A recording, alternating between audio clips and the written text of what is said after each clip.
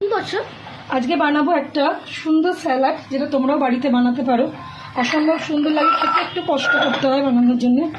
এই দইটা 1 কেজি দই, জানো তো, কিন্তু সকাল থেকে আমি জল ঝরতে দিয়ে দিয়ে এইটুকুতে এসে দাঁড়িয়েছে, জাস্ট ছানার মতন হয়ে গেছে।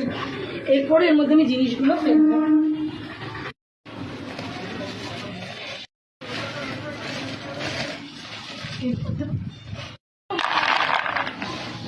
এবার দেবো এর মধ্যে ছোলা ছোলা ছোলা ব্যাস।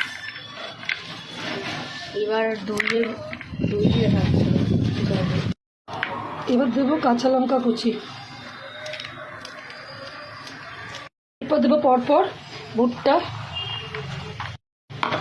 তারপর দেবো শসা আর পেঁয়াজ আছে এর মধ্যে, পোমোগ্রানেট একদম, লেবু, গন্ধ লেবু দেখো।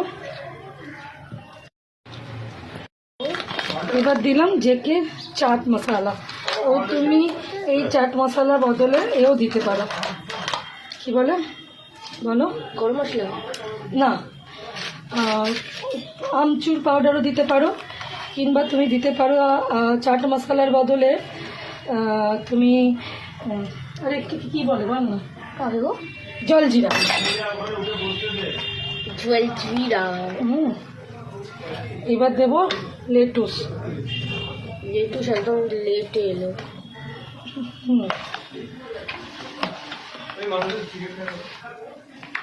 দইটা দেখাই যাচ্ছে না। এইবার হচ্ছে পুরো জিনিসটাকে আমি মাখবো। আচ্ছা, মোস্ট থিং যেটা দেওয়া হলো না সেটা হচ্ছে না, নুন, সল্ট।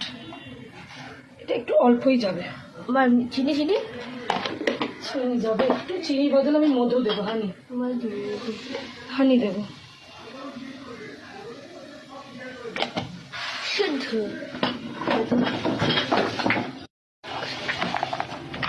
এবার এটাকে মাখবো। 1 কেজি দই লেগে যায় গো, এতগুলো লোক খাবে তো। এটাকে ভালো করে মাখবো। এই যে আমি ভালো করে গড়িয়ে কুচিয়ে, এটা মারাত্মক লেভেলে খেতে হয়, মানে মারাত্মক লেভেল বলে মারাত্মক লেভেলে। এই স্যালাডটা হলে না আর কিছু লাগে না অ্যাকচুয়ালি। কি গো,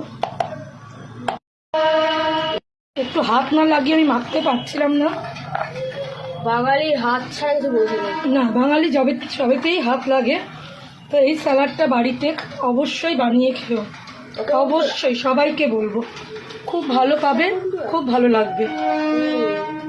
পুরো ভিডিওটা দেখো, ভালো লাগলে লাইক কমেন্ট শেয়ার করো, আর পাশে থেকো। বন্ধুরা লাইক করবেন, কমেন্ট করবেন আর এটা শেয়ার করবেন।